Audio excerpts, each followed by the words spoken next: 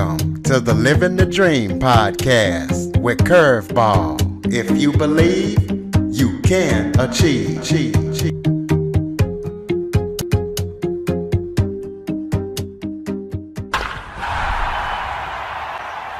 Welcome to the Living the Dream with Curveball podcast, a show where I interview guests that teach, motivate, and inspire.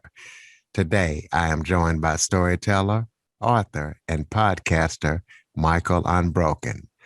Michael was born to a hyper-abusive drug addict mother who cut his finger off at the age of 4.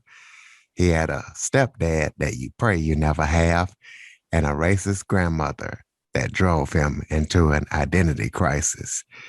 Michael went on to be very successful, but suffered lots of child abuse during his childhood years. So we're going to be talking to him today about his book and how he managed to survive and come out of the situation despite everything that went on. So Michael, thank you so much for joining me today. My friend, it is a pleasure. Thank you so much for having me. A little bit of background about yourself. Yeah, absolutely. I'll give you the elevator pitch version here, so we're not here all day. So at 4 years old, my mother, who was a drug addict and alcoholic, she actually cut off my right index finger. So that kind of gives you kind of baseline. And my stepfather, super abusive. And I spent the majority of my childhood in poverty and even homeless. And by the time that I was 12 years old, I got high for the first time, drunk at 13. I was selling drugs, breaking in houses, stealing cars, and hurting people. I got kicked out of school. They basically like, there's no reason for you to be here. Luckily got put into a last chance program, still did not graduate on time. And in my teens found myself trying to figure out what was the solution for poverty? What was the solution for abuse? Why were all these dark things happening? And I thought it was money. So I made a decision. By the time I was 21, I wanted to make 6 figures. And I thought it was money. So I made a decision. By the time I was 21, I wanted to make 6 figures, but legally. And this was really important because I have family members who are in prison for life. My best friends have all been in jail. And I knew that if I stayed down that road, it wasn't going to end well because 3 of my childhood best friends actually had been murdered. And so I put my mind on that goal. And by the time that I was 21, I reached it and I worked with a Fortune 10 company. This is with no high school diploma and no college education. And I found that money is not the solution for anything.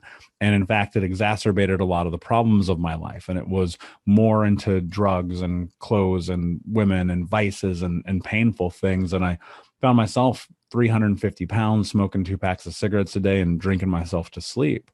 And I was trying to figure out like what was happening in my life. And I'd been stuffing down all the abuse for years and pretending it wasn't there, pretending it didn't happen, and physical scars of it.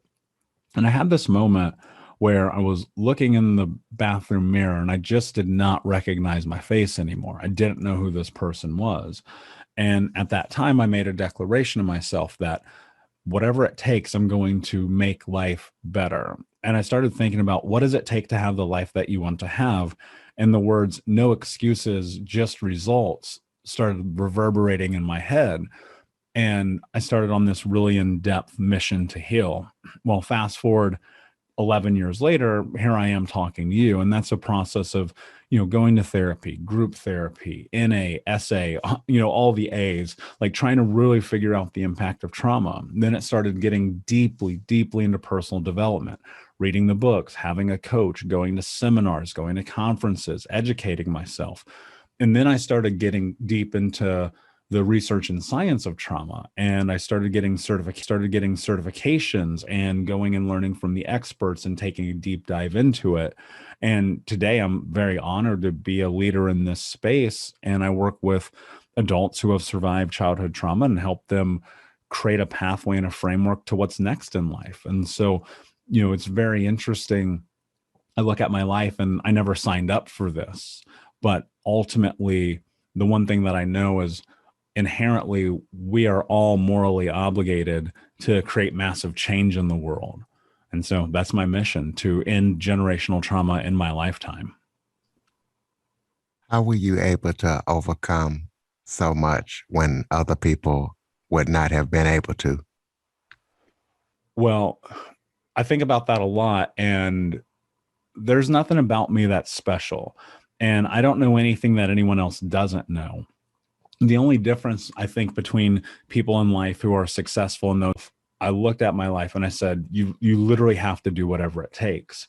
And it was a painful and tedious journey. I had to uncover and unlock some really dark parts of myself. I had to step into being allowed to give myself the space to have grace, to learn, to grow, to have hard conversations. And part of it also is like I got out of the environment. I had to leave Indianapolis. I had to leave my city. I had to leave all of the pain that I felt whenever I walked down the street or heard certain sounds. And ultimately, it all really started, Curtis, because I asked for help. And that form of help was like getting serious about therapy and personal development and things of that nature, but not trying to hide from it anymore. And I think the number one thing that we can do whenever there's a problem in our life is to acknowledge it, to look at it and say, you know what, this is happening and this has happened. And this doesn't mean that you're necessarily culpable for the things that have happened. I don't think any child is responsible for the abuse that they endure. But at some point in your life, you're going to have to look at it and say, you know what, this isn't what I want, but this is happening. This is a result of the experiences that I had. And we try to be tough and we try to man up. And, you know, I'm biracial, I'm black and white, and I grew up in a predominantly black neighborhood. And we don't talk about that. We don't talk about the bad things. We say, well, you know, get over it, move on. And I would argue one of the worst things that we could do in this journey is to just simply get over it. And so when you sit and you think about that, and then you framework a game plan and you get serious about it and you take the appropriate steps on a long enough timeline, your life will be different. You'll never do anything once and your life will suddenly change, right? You make small incremental and granular changes throughout the course of your life where you are today. But that starts with acknowledgement and then it moves into action. What would you advise somebody who has went through what you have went through? Where would you advise them to start at to try to begin healing?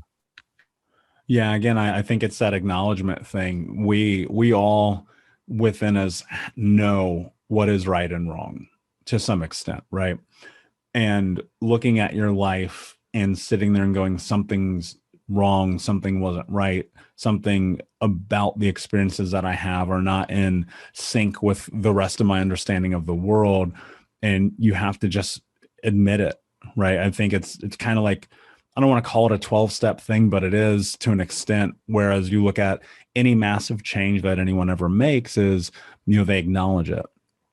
And then through that, it's asking for help. No, if you think about this, no one great this, no one great has ever done anything on their own.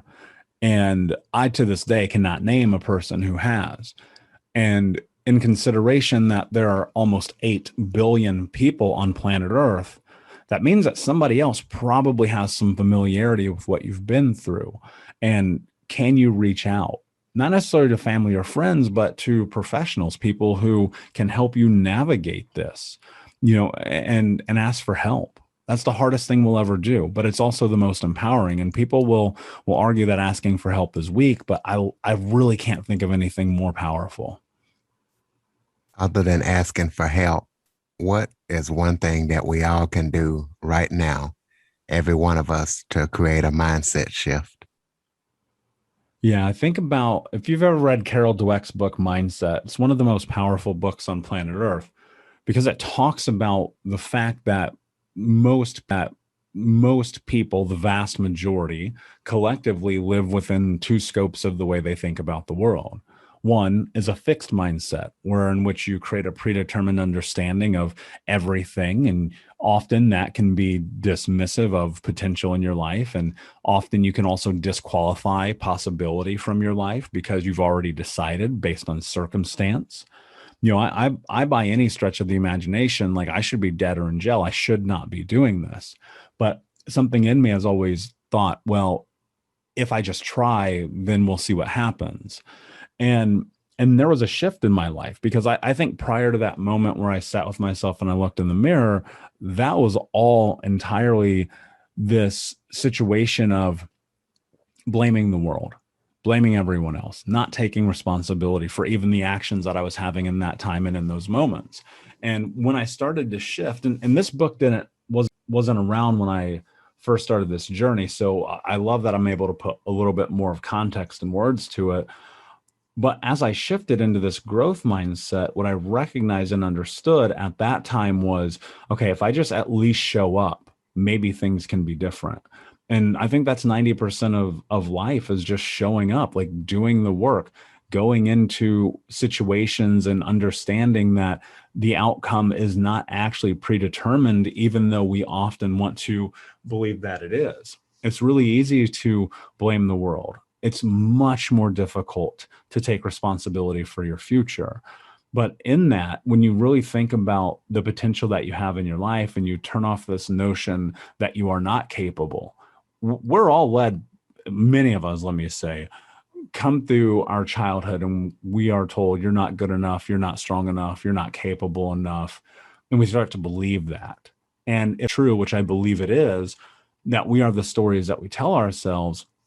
And you're telling yourself this story that you're not enough, you'll never amount to anything, you'll never be loved, whatever that thing is. Well, that's going to hold true. That is going to in turn become your reality. And if you can just take a moment and contemplate and consider the possibility that that is not what your life has to be, then you start to shift into this growth mindset. And the further and deeper that you shift in that growth mindset, the more that you understand that potential is unlimited and that you can do anything. Now, of course, that takes time, takes effort. It's a practice skill, but that's the first thing that you have to do is really just start thinking about the way you are thinking. You talk about the phrase, get out of the vortex. Tell us what that means to you. Yeah, the vortex is very much that dark place within us all. That dark place within us all. That place where we limit ourselves, where we put ourselves in a box, where we're mean to ourselves. Think about this. Many of us have said things to ourselves in which if we said that to another human being, we would get punched in the face or we would get arrested. And yet we speak to ourselves like that. And when I think about the fact that we speak to ourselves like that, it's so saddening to me. And that's the place, that's the vortex. It just consumes you. It's dark. It's lonely. It's everything that life doesn't have to be. But ultimately we get there because there's so many factors that lead us there, whether it's abuse or somebody said that one thing to us in third grade or just the words that we're using to ourselves. Because what you think becomes what you speak, and what you speak become your actions, and your action becomes your reality. So if you spend your entire life, you're stupid or dumb or whatever that terrible thing is that we say to ourselves, that becomes your truth. That becomes who you are. And when you understand that you actually have the ability to create a framework of change in that, because our brain is very malleable, our ability to change. Think about this. We've all changed our thought and opinion on something when we have enough context, when we have enough information. So why can't we apply that same methodology to our everyday life? And when you get deeper into it, and you understand that you're in this place that I call the vortex, and you go, okay, I'm being really mean to myself. I'm not showing up for myself. I'm not eating well or going to the gym or doing journaling or meditation, and I'm not doing all of those things that make my life better. You're in that place. And the only way that you get out is you have to create a change, because change only happens when you make change happen. And thus you're forced into this situation, life, from the understanding that if you don't make your life happen, no one else will.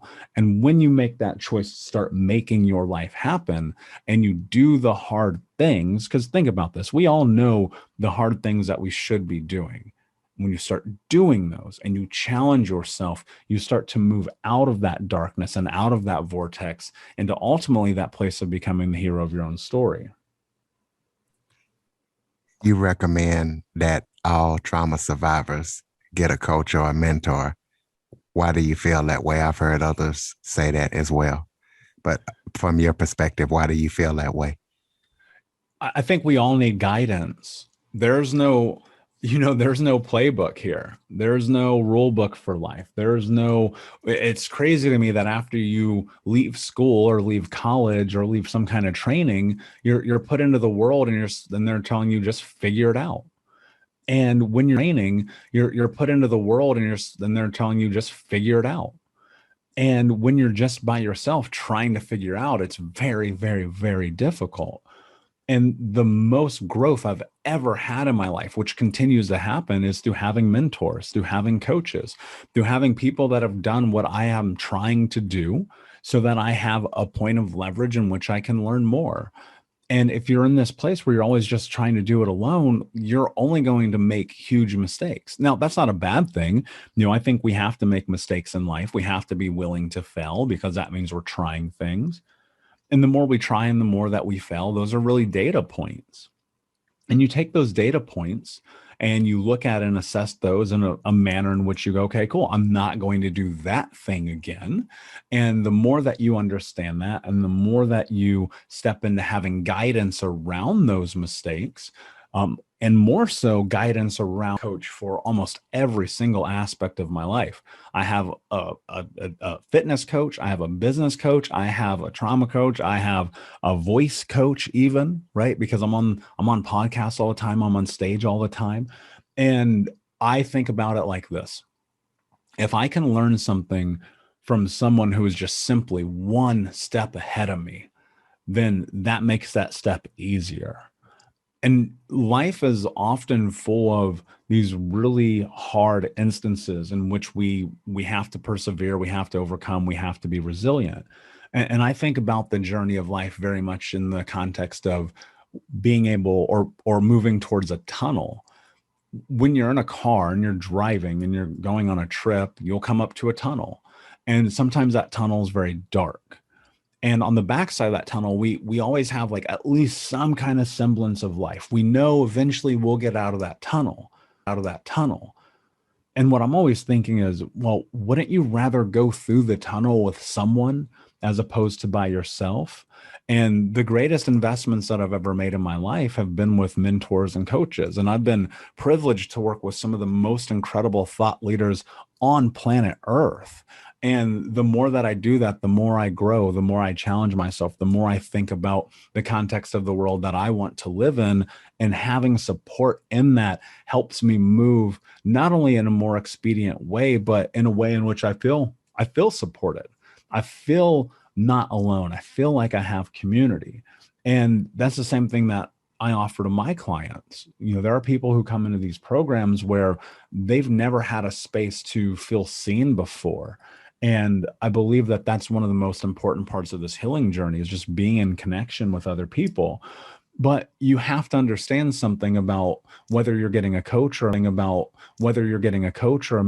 or anyone who's going to help you along your way.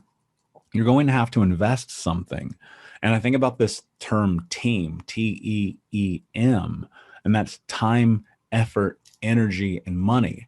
You're going to have to invest one, if not all four of these things in order to effectively work with someone who's guiding you. And so as you dive into this entire journey and you're looking and seeking a mentor and you're trying to get help, remember that's a two-way street. You have to still show up. You still have to invest. You still have to do the work. But I would much rather have somebody who has another page in the playbook than I have so that I don't make the same mistakes that they did.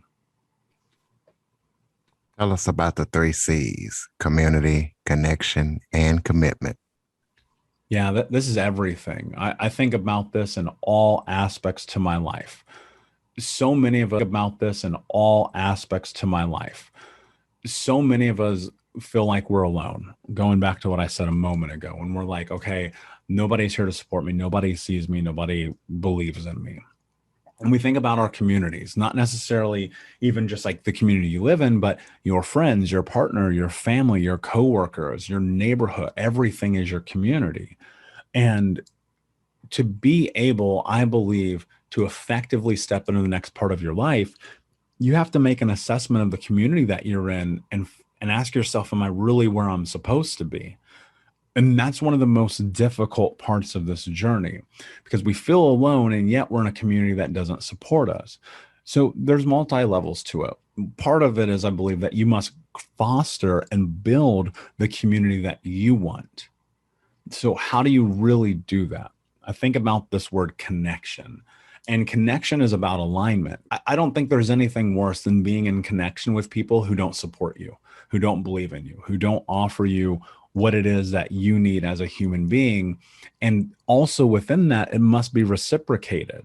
And so, if you're in a situation where you're not offering that same aspect of community through having a similar connection, then you're in a lose-lose situation.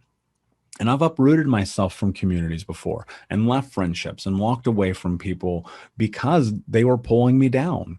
And you have to understand something, like, and it's not fair and it sucks, but people will pull you down.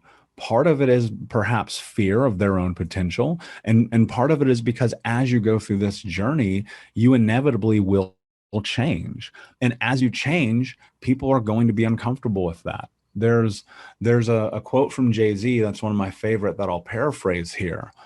People say that you changed. Well, I didn't do all this work to stay the same. And if you're in this healing journey and you're trying to create massive change in your life and the people around you are trying to pull you down, you really have to understand if you're in alignment and connection with those people. One of the more difficult things in life that we have to do is remove ourselves from those people. Even some of those people might be your own mother. And that's a hard truth about this journey. And the last part of it is commitment. You have to be committed to your journey. You have to be committed to your people. You have to be committed to the things that you say you're going to do. And people will often want to have a roadmap laid out with everything in front of them from point A to point Z. And I argue that the best thing that you can do is commit first and figure out the rest later. Because maybe you need to get on that plane or quit that job or start that business or go to that therapist. And you don't have a game plan. And that's okay, because guess what? None of us do. Don't have a game plan. And that's okay, because guess what? None of us do. And the more you sit and contemplate and ponder about building out the game plan and having step by step by step, the less likely you are to actually follow through. So if you're thinking about life and the way that I do is goal oriented, I think about what my biggest goal, which is to end generational trauma in my lifetime. That is a very improbable goal to reach. It's almost far-fetched, because when you take into consideration the millions of people impacted by this and generations of trauma dating back thousands of years, if not to the beginning of mankind, I know that it's not feasible. But that doesn't mean I'm not going to try. Because if I plant the seeds today, eventually on a long enough timeline, they turn into trees, which turn into these giant, beautiful forests. So I'm committed to the idea that every day I'm going to show up, even though it's hard, even though it's difficult, it's very unfair. I mean, talking in this context about abuse is the elephant in the room of mental health care. And if I sat down and I looked at life through the scope of, well, if I plan out every single thing I need to do on my way to creating change, I probably would never do anything, because I'd spend more time planning than I did taking action. So the three C's, I think, are fundamental to anyone's journey. Tell us about your book and about your podcast as well, and where people can find them. Yeah, thank you. I appreciate that. So it's Think Unbroken Podcast. The Think Unbroken Podcast is on all the platforms. You can find it everywhere. You can find out more about it at thinkunbrokenpodcast.com. I'm on social media everywhere at Michael Unbroken. And the book, Think Unbroken, I wrote a couple of years ago because it was the book that I felt like I needed in my journey. There were a lot of books that had been written, will be books that have been written about childhood trauma and abuse and overcoming, but I felt like none of them had really brought together something that was in a format in which you could take the thoughts and ideas that you were learning in that moment and make meaning of them. And so Think Unbroken is part book, but also part journal and workshop. And it's not about me. It's not about my life. Is there a preface? Yeah, of course, because I think we have to have context. But this book is entirely about the skills and tools that I have learned and utilized, put into a way that you can use and utilize in your own life. Do you have any final thoughts before we close it out? Yeah, and thank you so much for the time and the space today. I genuinely appreciate it. I'm very grateful for you. I'll say this. This is the one thing I want people to think about. When you look at what is possible in your life, think about this. Where you are today doesn't have to be where you are tomorrow. Doesn't even have to be where you are in 5 minutes. And in the moment, in one singular decision, you have the ability to start the momentum of changing your life. And I'll leave you with this. Though trauma may be our foundation, it does not have to be our future. Ladies and gentlemen, Michael Unbroken. And be sure to follow, rate, review, and share after listening. And also for you Android users, go to the Google Play Store and download the Living the Dream with Curveball podcast app. Michael, thanks again for joining me today. Thank you, my friend. For more information on the Living the Dream podcast, visit www.djcurveball.com. Until next time, stay focused on living the dream.